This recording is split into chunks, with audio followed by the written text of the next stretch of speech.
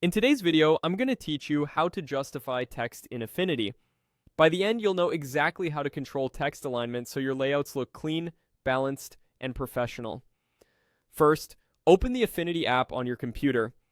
This works the same way across the Affinity suite, so whether you're laying out a brochure, polishing a graphic, or touching up a document, the process is consistent.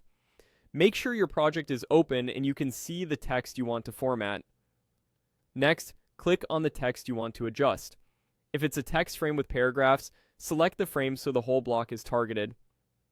If you only want to affect a portion, click into the text and highlight the specific lines.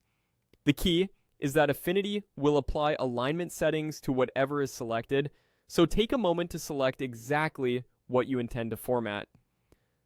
Now, look to the top of the interface. In the context toolbar, you'll find the alignment controls, often represented by icons that show lines aligning to the left, center, right, or stretching across the full width. Click the Align button area to access those options. From here, choose the alignment that fits your design.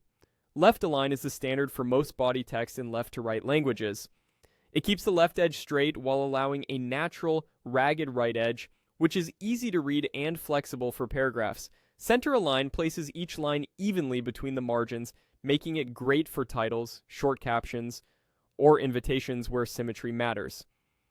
Right align creates a clean right edge, which can be useful for labels, dates, or aligning text against a right-hand element in your layout. And if you want your text to line up neatly on both the left and right sides, choose the full justify option, sometimes shown as all. This spreads spacing across each line so your paragraphs form crisp columns, perfect for magazines, newspapers, and multi-column designs.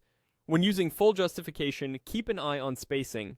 If words look too far apart, consider slightly adjusting your text size or column width to reduce gaps. For long blocks, left align often reads more naturally, while center and right are best reserved for shorter lines. That's all there is to it.